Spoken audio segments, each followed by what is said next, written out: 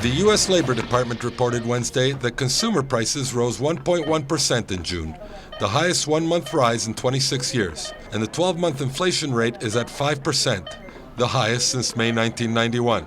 Testifying before Congress, Federal Reserve Chairman Ben Bernanke suggested that inflation would go higher. Inflation has remained high, running at nearly a 3.5% annual rate over the first 5 months of this year, as measured by the price index for personal consumption expenditures. And with gasoline and other consumer energy prices rising in recent weeks, inflation seems likely to move temporarily higher in the near term. The Fed last month broke a string of reductions by leaving interest rates unchanged, a recognition that lower rates had weighed on the U.S. dollar and led to increases in commodities such as oil and food. The so-called downturn is also being fueled by the turmoil and bailout of Fannie Mae and Freddie Mac and the collapse of IndyMac.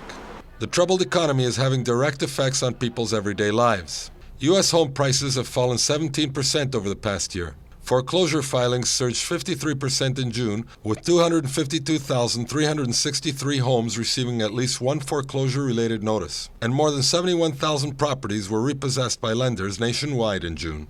In addition, access to health care is increasingly out of reach. In 2007, more than 75 million, or 42% of all working-age Americans, either had no health insurance during the year or were underinsured, up 35% from 2003.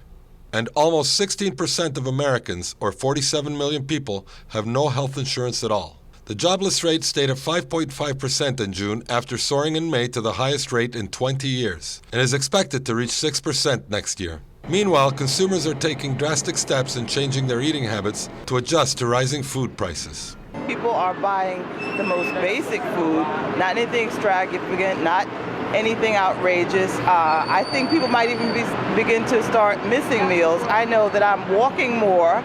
I'm only driving my car to church on Sundays. I'm marching around. I wear it out by leather. But also I'm more conscious of other people and what they don't have. You sort of have a feeling of a sense of poverty creeping on people and sort of depressing them and making them more nervous. It's gotten more difficult. It's gotten more difficult, especially if you're not working. And the economy is bad for the rich people. Can you imagine how bad it is for me and you? So it's rough. That's basically all I can tell you. It's rough. To add to the economic woes, the auto industry, traditionally one of the largest employers in North America, as well as offering some of the best wages and benefits, is also in a financial tailspin. The Real News senior editor Paul Jay spoke to Canadian Auto Workers Union economist Jim Stanford. We're looking at downsizing the North American industry by, I would say, at least a quarter over the next year or two, and a potential bankruptcy at one or more of the North American producers. And how many jobs might be lost if the worst is to come about?